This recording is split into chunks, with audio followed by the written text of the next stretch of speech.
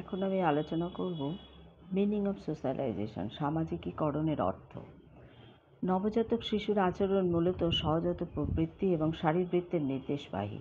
শিক্ষার প্রভাব বর্জিত শিশুর এই আচরণগুলিতে সমাজানুগ সাংস্কৃতিক প্রভাবই করবার জন্য প্রচলিত বংশানুক্রমিক রীতিনীতি সমন্বিত প্রচেষ্টাকে সামাজিকীকরণ বলা হয়।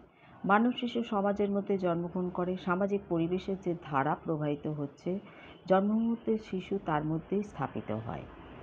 প্রাথমিক পর্যায়ে সে পরিবারের মধ্যে নিজের অস্তিত্ব উপলব্ধি করে। পরবর্তী পর্যায়ে অন্যান্য সামাজিক গোষ্ঠীর মধ্যে নিজের অস্তিত্ব সে প্রমাণ করে।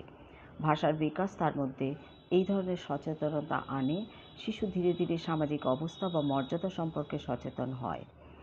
এই মর্যাদাগুলো কতগুলি হতে পারে আরোপিত, আবার কতগুলো হতে পারে অর্জিত। জন্মের পর পরিবার বা সমাজের সাংগঠনিক কাঠামোর দরুন শিশুর উপর কতগুলি অধিকার ও কর্তব্য বর্তায়, এগুলোকে বলা হয় আরোপিত মর্যাদা। আর জীবনযাপনের মাধ্যমে ব্যক্তি বিভিন্ন দলের মধ্যে পারস্পরিক ক্রিয়ার দ্বারা কতগুলি মর্যাদা সম্পর্কে সচেতন হয়, এগুলোকে বলা হয় অর্জিত মর্যাদা।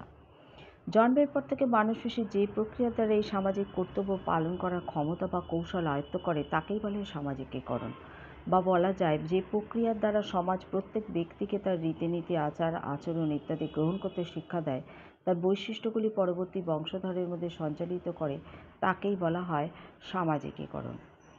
এই সামাজিকীকরণ প্রক্রিয়াটি পারস্পরিক বিরোধিতার এক ধরনের সামাজিক প্রক্রিয়া। কোনো বস্তু পাওয়ার জন্য, কোনো লক্ষ্যে পৌঁছানোর জন্য বা কোনো আদর্শ বা মূল্যবোধ অর্জনের জন্য পরস্পরের মধ্যে যে বিরোধিতার প্রক্রিয়া